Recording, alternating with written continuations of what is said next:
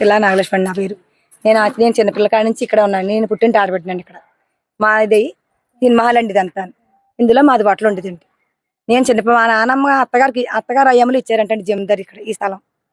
అప్పటి నుంచి వాళ్ళు కోడి పందాలు ఆడుకోవడం అలాగే ఇలా చేసేవారండి. సినిమాలు కట్టాక ఆడవాళ్ళకి మరుగుదొడ్డు లేదని ఇక్కడ మరుగుదొడ్డు ఇచ్చారండి.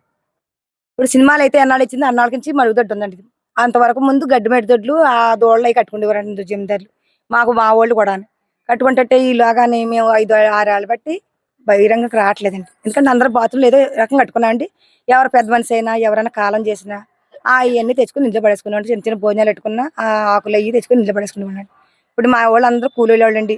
ఎవరికి ఎకరాలు లేవు ఏమి లేదండి.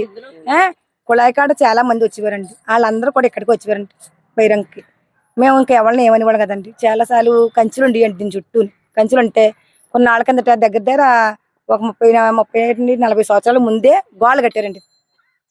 ప్రహరీ గోళ్ళు కట్టారండి పంచాయతీ వాళ్ళు వచ్చి. మేమందరూ కోరుకోగా మళ్ళీ పడిపోతే మళ్ళీ ఇల్లు అడిగితే మళ్ళీ కట్టారండి. 2 సార్లు కట్టారండి దీని పంచాయతీ గోళ్ళు.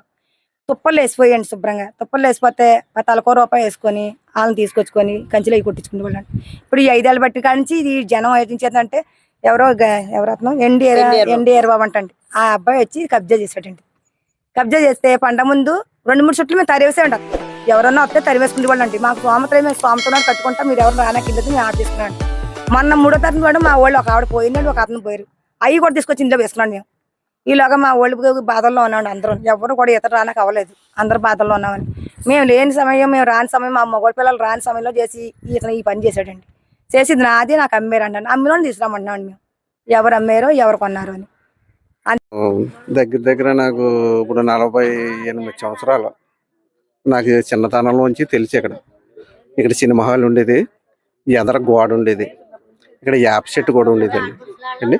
యాప్ సెట్ కూడా ఉండేది. ఎప్పుడు ఇది అలాగే ఆడవాళ్ళు బయటికి వెళ్ళిపోనాకే అని ఉండేది ఇక్కడ.